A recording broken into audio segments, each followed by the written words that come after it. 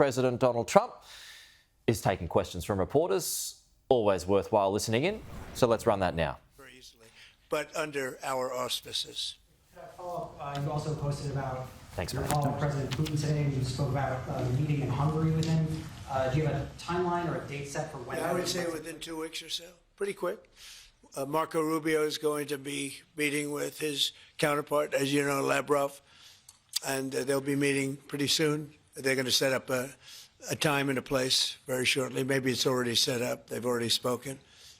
And I thought it was a very good phone call. I thought very productive. But I'll be meeting with President Putin, and we'll make a determination. Tomorrow I'm meeting with President Zelensky, and I'll be telling him about the call. I mean, we have a problem. They don't get along too well, those two, and it's sometimes tough to have meetings, so we may do something where we're separate but equal. We'll meet and talk to parties, but this is a terrible relationship the two of them have, and it's one of those things. I've seen things that nobody would believe, but this is one of them. So I'll be meeting. We're going to be meeting in Hungary. Viktor Orban is going to be hosting, and it's really something that's time. Last week, over 7,000 people were killed. That's ridiculous. And you know, it doesn't affect our country. We're not losing people. We're not losing Bobby. We're not losing Americans, but they're losing Russians, Ukrainians, mostly soldiers, for the most part, soldiers. And we think we're going to get it. We hope we're going to get it stopped. I thought this would be, because of my relationship with President Putin, I thought this would be very quick. And it's turned out to be, who would think I did Middle East before I did this? We did a total of 8 now, 7 and now 8. And we're going to make this number 9. Yeah, please.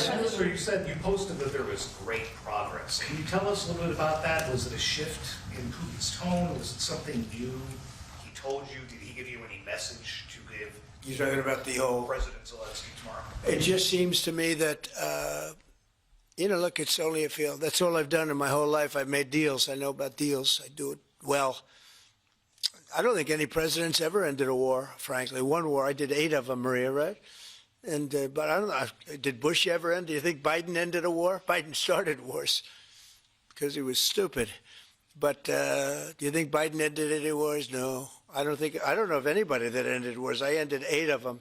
And it's going to be 9. I think we're going to have this one done hopefully soon. But I'll be meeting him probably over the next 2 weeks. First, Marco is going to be meeting.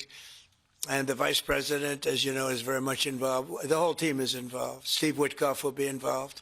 Yeah, please. What did you tell him about the Tomahawks? Did you discuss the Tomahawk missiles? Did you discuss? Well, we talked about it a little bit. Didn't say much, but I do say to you, we need Tomahawks for the United States of America, too. We have a lot of them, but we need them. I mean, we can't deplete for our country. So, they're very vital. They're very powerful. They're very accurate. They're very good, but we need them, too. So I don't know what we can do about that.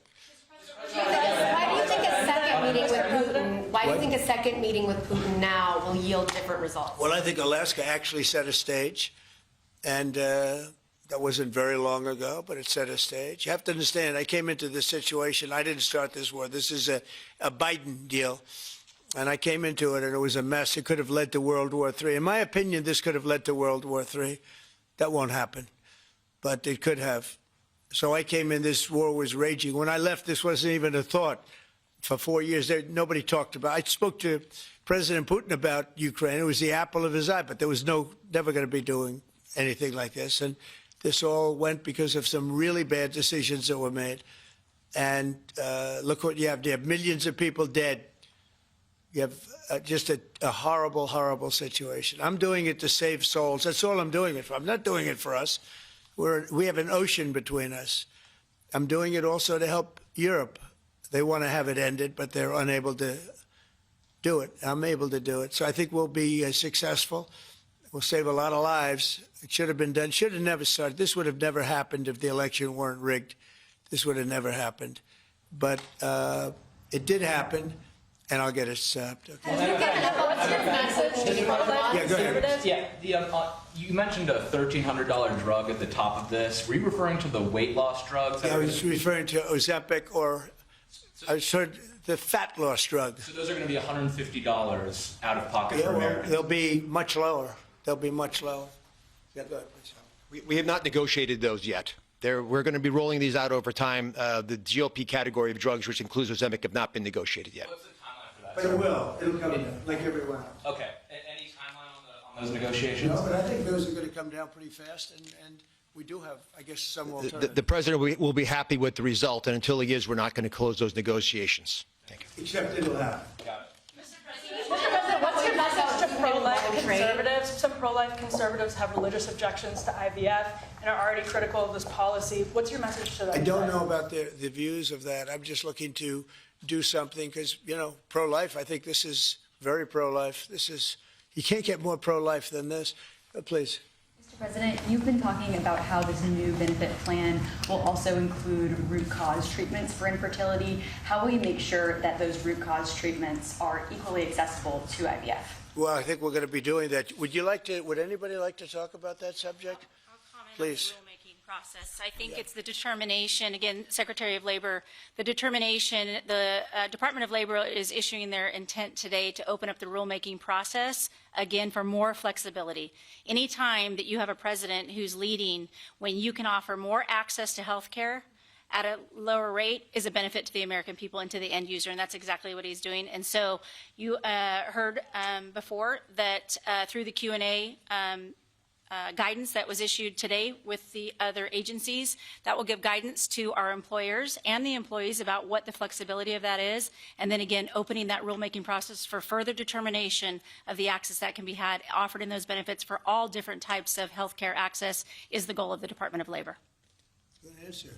Thank you. I like this better. I just say, they can do better than me. Yeah, please. President, do you Good think we job, could Laura. see? You're doing a fantastic job.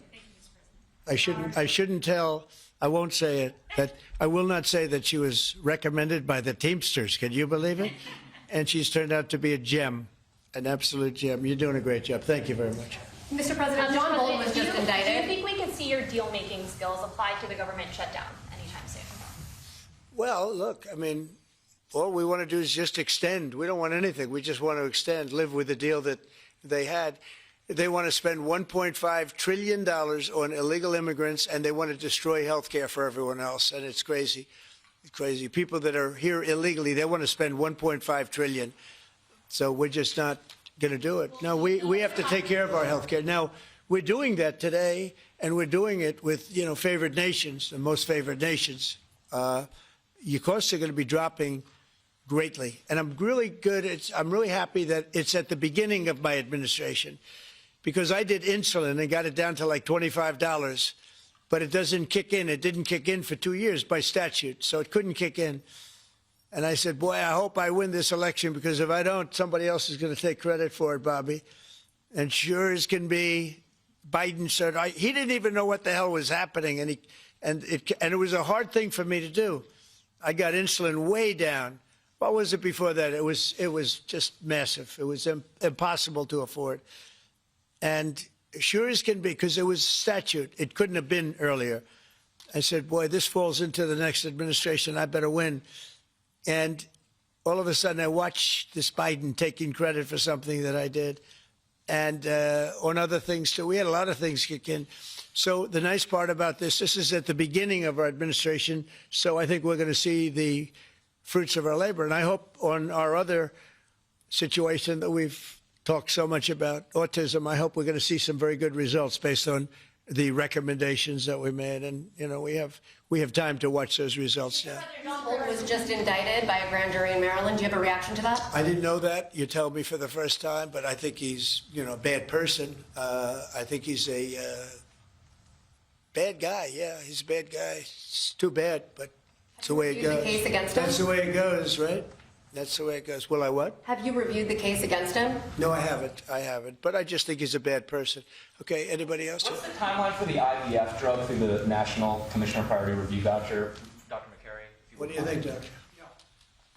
So, first of all, the National Priority Voucher Program says we're going to proactively at the FDA look for amazing treatments like this IVF treatment. We're going to reach out to the companies, and if it's in line with the president's national priorities, we're going to put those drugs at the front of the line and get a decision out in weeks instead of a year.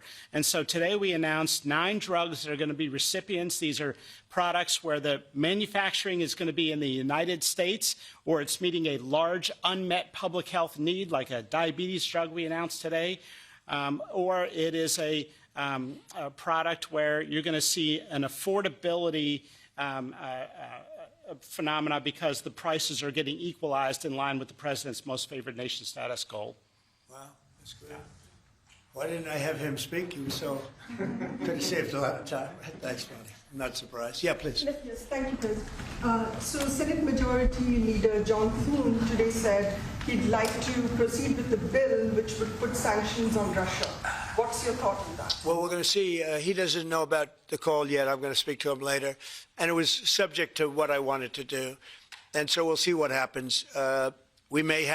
This may be such a productive call that we're going to end up, we want to get peace. We want to stop the killing. 7,000 people a week. Can you believe it? We want to stop the killing. So I'm going to speak to him and the speaker, Mike Johnson. I'll speak to them a little bit later, and I'll tell them about this, and we'll make the right determination. I'm not against anything. I'm just saying it may not be perfect timing. It could happen. Okay, we're going to leave that there because we've got a bit to get to. But as always with the Donald Trump press conference, there are multiple news angles that emerge from it. And you just heard there his reaction to that breaking news that Donald Trump's former National Security Advisor, John Bolton, has just been indicted. So you just heard the response from Donald Trump there, yeah. So that is going to get some coverage, some significant coverage in the United States today.